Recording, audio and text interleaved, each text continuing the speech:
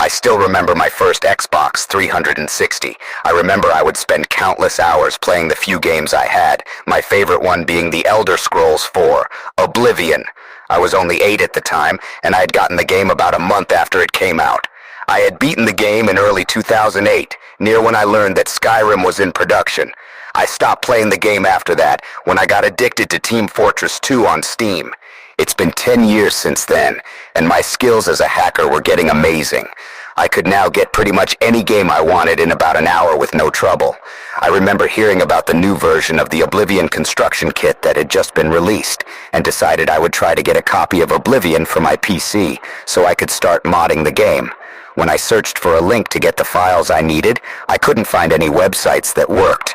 My internet connection was horrible at the time, and the pages would freeze because of lag. I did find one link that worked, however. The page loaded up after a few seconds of waiting, and the website looked very strange. The background was completely black, with a single red line of text saying, "Download 0bl1v10n.exe." I was curious as to why the name of Oblivion was so strangely spelled, but I decided it didn't matter, as I could still run the game, so I clicked the download link. After the download started, the page changed to a new tab, but I could have sworn that before the page changed, there was a little white line of text in the bottom right corner saying, "Sorry." The download notifications told me that a folder called was downloading.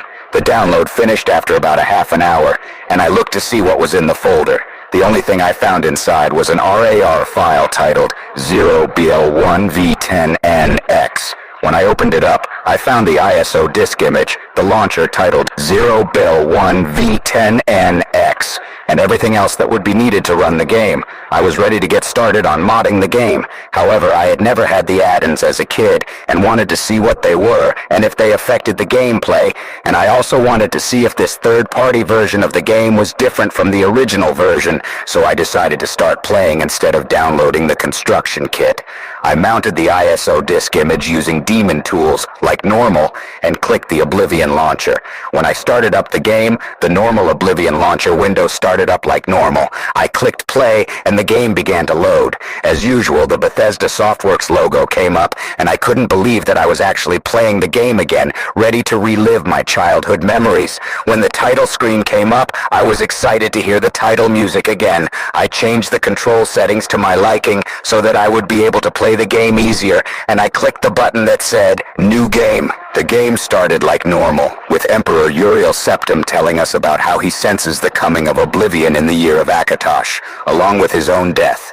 To my surprise, the character creation screen never came up, but instead it started me out in the cell at the beginning. I was confused. It normally allows me to create my own character. I looked in the menu to see what my character was. It turns out my character was, for some reason, a high elf named... He had 91 health, 121 fatigue, and oddly enough, 450 magicka. He, to my surprise, had all of his attributes and skills selected. He had the mage birth sign, and his major skills were conjuration, destruction, mysticism, illusion, restoration, athletics, and sneak. He started out with the spells Lightning Blast, Silence, Disintegrate Armor, Summon Daedroth, Superior Spell Reflection, Superior Spell Absorption, Heal Major Wound, and Cure Poison. I couldn't wait to get started. Sure, it was weird starting out as this overpowered character, but at the same time it felt awesome, and I couldn't wait to try some of these new badass spells out on some creatures. When the Emperor came in with his blades, they let me out through the secret passage like normal, but this time the Emperor seemed more unnerved than gratified to see me. I was curious as to why this was, but I continued to play the game like normal. When the first battle with the cult members came around and Captain Renault got killed, Glenroy and Boris, instead of attacking the cult members, would try to attack me for some reason. When I killed all of the cult members without help, they stopped trying to kill me and left into the prison like normal. I paused the game quickly to try and work my brain around what just happened. Not only was I an unknown character with huge magical abilities, but I was also targeted by the blades whenever the Mythic Dawn cult members were in the room. I began to nervously start thinking that the reason that I was in the prison had something to do with the Mythic Dawn cult, but passed it off as my imagination, and continued to play the game. I escaped the sewers like normal, without choosing my attributes and birth sign, of course, and decided to sell some of the junk I found in the sewers in the Imperial City. I ran up to the city like normal, jumping to level up my acrobatics, and came to the market district. I was surprised when I entered the market district to find that it was empty of all the townspeople that usually wandered around, and all of the Imperial Legion guards were missing as well, except for one, who stood at the entrance of the arena district. I decided to talk to this guard to see what he had to say, but when I talked to him, I saw his mouth move, but the only thing I heard was an odd, quiet murmuring sound, almost like somebody whispering in somebody's ear. I had to leave the talk quickly to turn on subtitles before talking to him a second time. The text that appeared when he spoke said, "They are looking for him. They say he opened the gates and he must die, but I don't think it will stop." I didn't understand what he meant by that. I assumed that by them, he meant the other Legion guards that normally patrol the Imperial City, and that the gates were the hellish gates to the Oblivion Realm. As for him, I didn't know who or what that meant. I was met by a few text options detailing what I could say. My options were, "Where is everyone? What's wrong? Who are you?" And finally, "Who am I?" The last one kind of creeped me out because of the mystery of the character I was playing. I still had no idea what my character's name was, so I asked the guard, "Who am I?"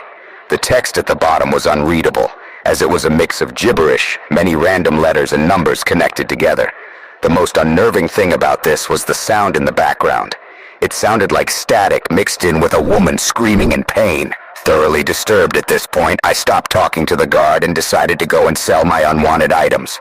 I decided to go to Slash and Smash first, because I can sell weapons there, and since I'm mainly a hand-to-hand user, I never carry weapons. When I talked to 0bl, I noticed his disposition with me was at 0, indicating he hated me. I ignored this and checked his shop, which to my surprise, had nothing in stock. There was no armor, weapons, pelts, not even repair hammers. I sold him my items and left, confused at this point. When I went to the next store, the Mystic Emporium, Calendil, and Orlinway both hated me too, and had no items to sell. This unnerved me, and I didn't know why it was happening. I went to every store in the district and got the same response from every merchant, except for one, Rindir, the magic staff merchant. He had a disposition of 46, which is pretty good, and he had one staff in his store, as well as an enchanted robe and ring.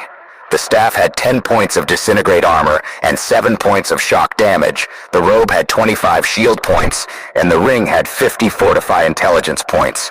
Every one of the items was amazing for only 1 gold piece each, so naturally I decided to buy them. I paid Rindir my 3 gold pieces and left the store. I almost wish I hadn't. When I came out of the shop and into the market district, I was met with a gruesome sight. I saw the people who were usually in the town, along with the guards, lying on the ground dead. By dead, I mean that they were killed in the most gruesome and horrible ways possible. I saw one of the guards with his head and his legs lying about 5 feet from his torso, and the next one I saw was a villager skinned and hanging from a signpost. It was more graphic than anything I knew the game to be, and I thought to myself, that's not possible. I saw a man standing near the entrance to the city aisle, and I was glad to see somebody who wasn't dead. I ran towards the man as fast as the game would let me, but I saw him leave out of the gate. I ran past the bodies of the townspeople to the gate, hoping I would be able to catch up with him in the open world. I saw him leaving across the bridge very quickly, and I let myself believe that I couldn't afford to miss him. Since everyone was dead, I decided that nobody would mind if I stole a horse from the city stables to catch up to him. With the horse, I was now fast enough to catch up to him, and when I was close enough, I decided to talk to him to see if maybe he had any answers for me. When I looked more closely at him, though, the man was a high elf who looked very much like my character, almost identical in fact. When I talked to him, I was shocked to see what his name was. Mankar Cameron.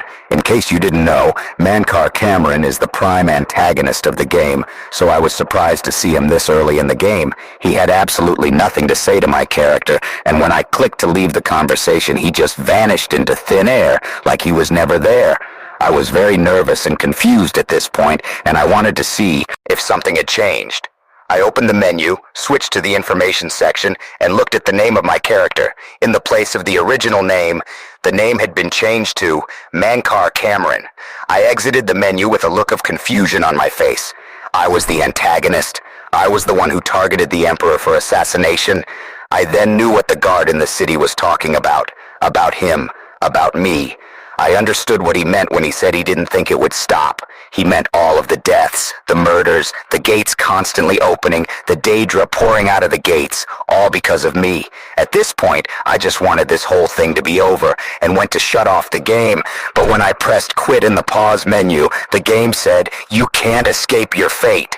When I came back to the main game, I was surprised to find myself in a completely different location. Instead of the bridge outside of the Imperial City, I found myself in the very dungeon I started out in, except the gate leading out of the prison cell was open. Curious as to why I was there again, I decided to just go the way I left at the beginning of the game, but before I turned my back to the open gate, a shadow rushed past on the wall behind the gate. From what I saw, it looked like the silhouette of a tall, menacing creature with very long fingers and an abnormally long neck, which resembled a spinal cord to some extent. Not wanting at all to find out what that thing was, I decided to just run as fast as I could through the dungeon. Out of the corner of my eye, even as I was running, I saw the shadow gaining on me. I prayed for Cameron to run faster, for once in my life, but the shadow was catching up fast, and there was nothing I could do about that. And then I remembered, I had some of the most overpowered spells in the entire game, plus my new staff, robe, and ring. I decided to wait for whatever that thing was to come to face me, and that I would be able to fight it off. I was wrong. No amount of money or happiness or anything will make me willing to see what I saw again. Nothing prepared me for what the creature was. It was Emperor Uriel's septum, his robes bloodied and torn, with little chunks of flesh hanging off the many seams and furs.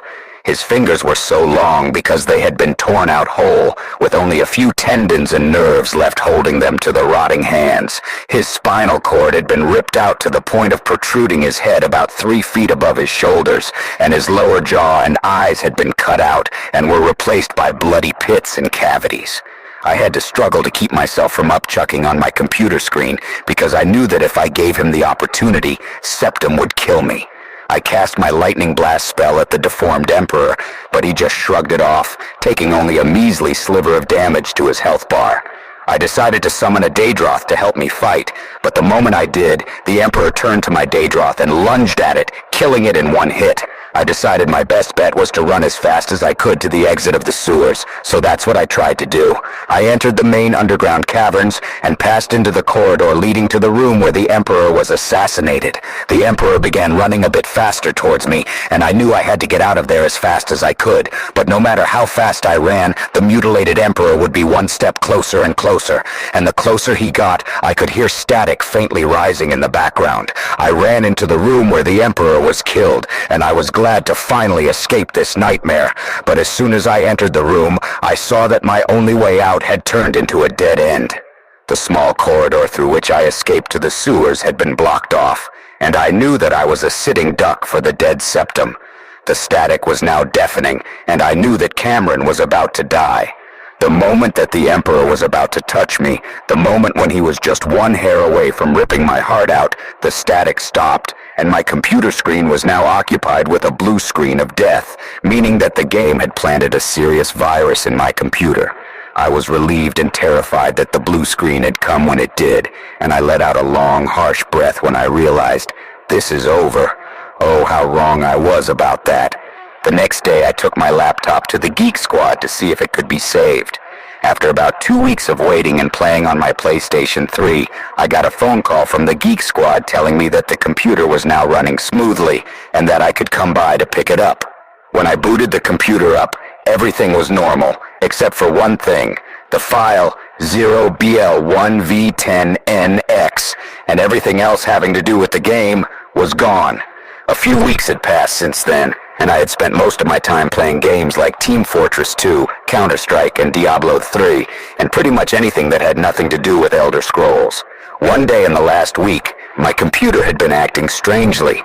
Every time I logged onto the laptop, I found a single notepad window open to the desktop, asking me things like, "How are you?" and "What now?" On the last day, which was a Thursday, the notepad file showed an HTML link.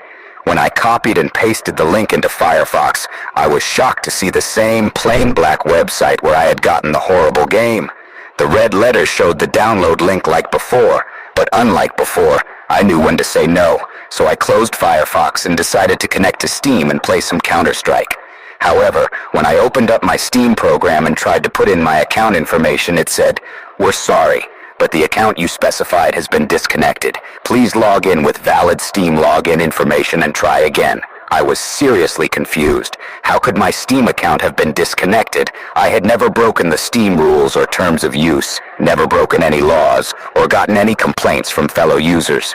I was pretty angry at this point, so I closed out the Steam window, only to see Notepad open again saying, "Close shut the jaws of 0bl1v10n." Realizing that my computer was telling me to play the game again, I closed the Notepad window and shut off the computer. It was late anyways, and I figured it wouldn't hurt to get some sleep. That night, I had a nightmare about the game. That god-awful Uriel septum was chasing me through my house, and all of the doors and windows had been sealed off with wet cement. My only choice was to stand still and wait for the thing to come. When it finally arrived, I saw it lunge at me, knocking me to the ground, and I saw it eating my limbs off from my position on the floor. After he was done with my left arm, he moved his face closer to mine. The last thing I heard was Uriel whispering into my ear in a demonic tone, "You're mine now." Uriel lunged at my throat in a flash of a second, and I awoke screaming. I couldn't sleep for the rest of the night. The image of that thing ripping my flesh off kept flashing through my mind, and I had no idea what he meant by, "You're mine now." I had no idea why this was happening so long after I played the game, but I couldn't keep my mind off it, so I decided to play on my PlayStation 3. When I loaded up the system, I attempted to log in, but there were no user profiles to choose from on the system. I was getting really freaked out at this point. Why were all of my internet connections being shut down? First my Steam account, now my PSN profile. I had enough of video games that day, so I went over to my friend's house to see if he was available for a movie with our old high school buddies later that evening. I was surprised to see that he was right outside his house, as if he was waiting for something. I walked up to him and asked, "How have you been, bro?" "I got your message." He responded glumly. "What message?" "That message you sent to me on Steam. How could you say those things to your best friend?" Seeing as he seemed not to know, I told him what had happened. Bro, my Steam account was disconnected yesterday. I couldn't have sent any messages, good or bad." "Well, you did, because I got a message to my Steam account from you telling me that I would know what it's like to have my bones crushed." "What the fuck? I never sent those messages," I yelled in shock. "Well, who sent them then?"